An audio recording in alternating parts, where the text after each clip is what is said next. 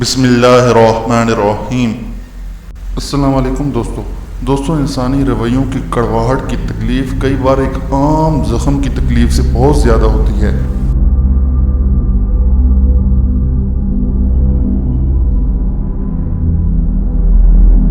ایک لڑکی کی شادی ہوئی اور وہ گھر میں اپنی ساس کے ساتھ رہ رہی تھی۔ تھوڑے ہی عرصے میں لڑکی کو احساس ہوا کہ وہ اپنی ساس کے ساتھ نہیں رہ سکتی۔ ان دونوں کی شخصیات بہت مختلف تھیں اور لڑکی اپنی ساس کی بہت سی عادات سے ناراض رہتی تھی۔ اس کی ساس ہر وقت لڑکی پر ہنستی رہتی تھی۔ ان تمام اختلافات نے گھر کی فضا کو برباد کر دیا تھا، جس کی وجہ سے لڑکی کا شوہر بہت پریشان ہوا۔ لڑکی اپنے والد کے ایک اچھے دوست احمد چچا کے پاس گئی جو جڑی بوٹیوں کو بیچتا تھا۔ لڑکی نے اسے پوری کہانی سنائی اور اس سے کہا کہ وہ اسے تھوڑا سا زہر دے دیں تاکہ مسئلہ ہمیشہ کے لیے ختم ہو جائے۔ انکل نے تھوڑی دیر کے لیے سوچا، پھر کہا کہ میں آپ کو اس مسئلے کا حل کرنے میں مدد کروں گا، لیکن آپ کو جیسا میں بتاتا ہوں ویسے ہی کرنا۔ لڑکی نے اس بات سے اتفاق کیا۔ احمد چچا ایک کمرے میں گئے اور تھوڑی دیر کے بعد اس کے ہاتھ میں کچھ تھا۔ وہ جڑی بوٹیوں کے ساتھ واپس آئے تھے۔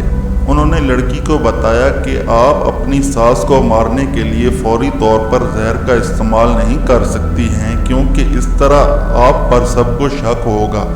میں آپ کو یہ جڑی بوٹیاں دے رہا ہوں تاکہ وہ آہستہ آہستہ اپنے جسم کے اندر پھیلے ہوئے زہر سے مر جائیں۔ ہر دن آپ کو کچھ اچھا بنانا ہے، پھر ان جڑی بوٹیوں کو اس میں ڈال دینا ہے۔ جب آپ انہیں کھانا کھلائیں، شک نہ ہونے دیں کہ آپ ان کو زہر دے رہی ہیں۔ لہذا آپ کو اس بات کا خیال رکھنا ہوگا کہ آپ کا رویہ ان کے ساتھ بہت دوستانہ ہو، ان سے لڑیں مت، ہر چیز کی تعمیل کریں اور ملکہ کی طرح ان کے ساتھ سلوک کریں۔ بہت شکریہ، لڑکی نے کہا۔ اس نے احمد انکل کا شکریہ ادا کیا اور جلدی سے گھر پہنچی، کیونکہ اب اسے اپنی ساس کو زہر دینا شروع کرنا ہی تھا۔ ہفتوں گزر گئے اور پھر مہینے کے دن۔ اس نے جو کچھ اچھا پکایا اپنی ساس کو خاص طور پر پیش کیا۔ اسے یاد تھا جو احمد انکل نے اسے بتایا تھا کہ اب سے اپنے غصے پر قابو رکھنا ہے، اپنی ساس کی خدمت کرنا ہے اور ان کی ماں کی طرح ان کے ساتھ سلوک رکھنا ہے۔ 6 مہینے گزر گئے، گھر کا نقشہ تقریباً بدل گیا تھا۔ لڑکی نے کوشش کر کے اپنے غصے پر قابو پانا سیکھ لیا تھا۔ اب وہ اپنی ساس کے الفاظ پر ناراض نہیں ہوتی تھی۔ 6 مہینوں میں ایک بار بھی اس کا اپنی ساس سے جھگڑا نہیں ہوا تھا۔ اب وہ بہت اچھی اور اس کے ساتھ رہنے میں بہت آسانی محسوس کر رہی تھی۔ وہ بدل گئی تھی۔